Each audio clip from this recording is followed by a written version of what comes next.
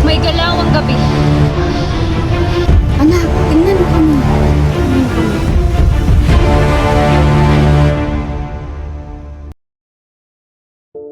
Nang dumating ang mga banyaga, tahimik nilang binura ang aming mundo. Isang mundong pinamumunuan ng kababaihang marunong maghilom, magturo, magtanggol at magmahal. Ngunit sa katahimikan nilang iniwan, natutunan naming magtago, maghilom at lumaban. Ate Dala, bakit paulit-ulit ang tatlong tatsulok? Hindi yan dekorasyon, paalala yan.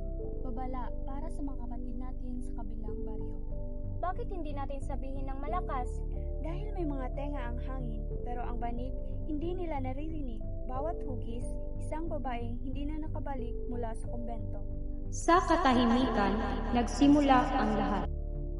Ang mga babae noong panahon ng Espanyol ay kinuha sa mga kumbento. Tinawag na tagapaglilingkod ng Diyos, pero ang tunay nilang pinagsilbihan ay ang takot ng kapangyarihan. Sa bawat panahon, may mga babaeng nawawala. Hindi dahil mahina sila, kundi dahil may lakas silang kinatatakutan ng iba.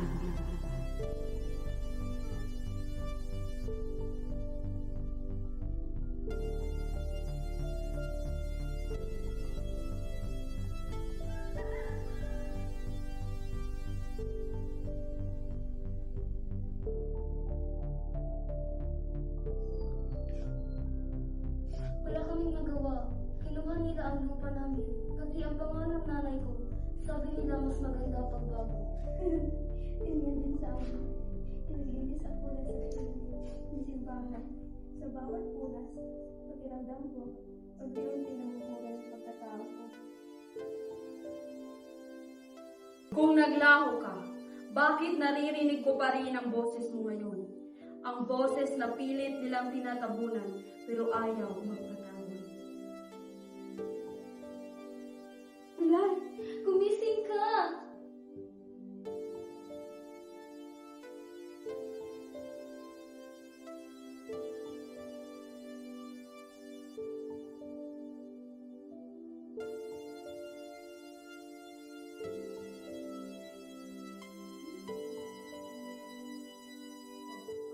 Mga anak, handa ba kayo makinig sa sarili ng tibo, hindi sa takot nila sa ikaw mismo? Tia, bakit kami? Dahil natatakot sila sa mga kababaihan na may lakas. At may lakas ka, Allen. Hindi nila kayang tanggalin iyon. Ito mga anak, sa labat, pangpakalma ng dibdib, hindi ng alaala. Ang alaala sa atin ay hindi nila pag-aari. Balik niyo yung mga sarili, mga anak. May mga awit na hindi basta musika. Ito ang mga kantang itinuro upang magligtas, upang magtago, upang magpahiwatig ng panganib o ng pag-asa.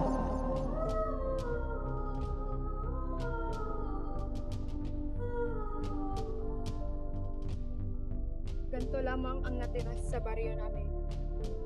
Sinunog nila dahil tumanggi ang tatay kong magbabong binyag ulit. Tinawag siyang mangkukulam. Ako lamang ang natira. Wala na susuko ngayon. Kung sinunog nila ang ating tahanan, tayo ang apoy na babawi. May galawang gabi. Nagsimula na? Oo, at kailangan nila tayo. Paano? Babae lang tayo. Huwag mo na ulit yan sa bagay, anak. Ang unang lumabang bago dumating ang mga banyaga ay mga kababaihan. Ang mga babaylan, ang mga mandirigma ng sigura at kaluluwa. At nandito kayo ngayon bilang tagapagmana. Patawad po. Natatakot lang ako. Lahat tayo. Pero mas malakas ang takot kapag hiwa-hiwalay tayo. Kapag magkakasama, nagiging lakas. Anong kailangan kong gawin? Dalhin mo to. May mensahe sa loob ng hukla. Huwag mong bubuksan, huwag mong ipapakita. Ikaw ang magiging paan ng katotohanan.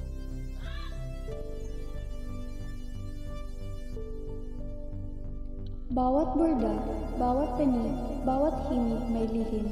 Kaming mga babae naging daluyan ng revolusyon sa paraang hindi nila nakita.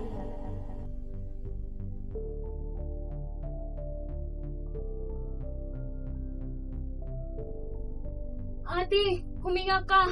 Nandito kami. Nanay Astria, Lua!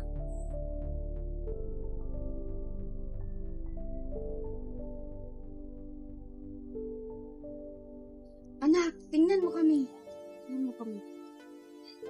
Ayokong ulitin ang nangyari sa nanay ko. Dinala siya sa kumbento at sinabi nilang para sa ikabubuti niya.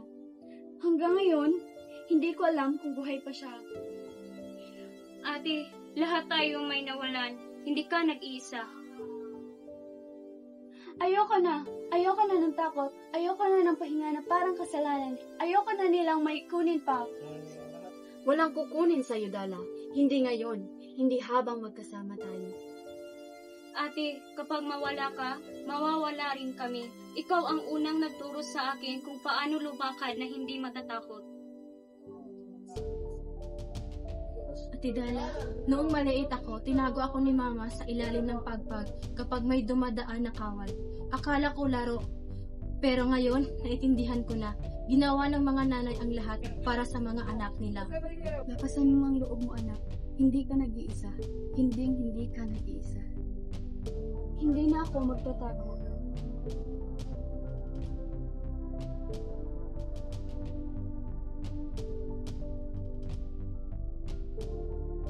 Kapag ang takot ay nagsama-sama, nagiging lakas.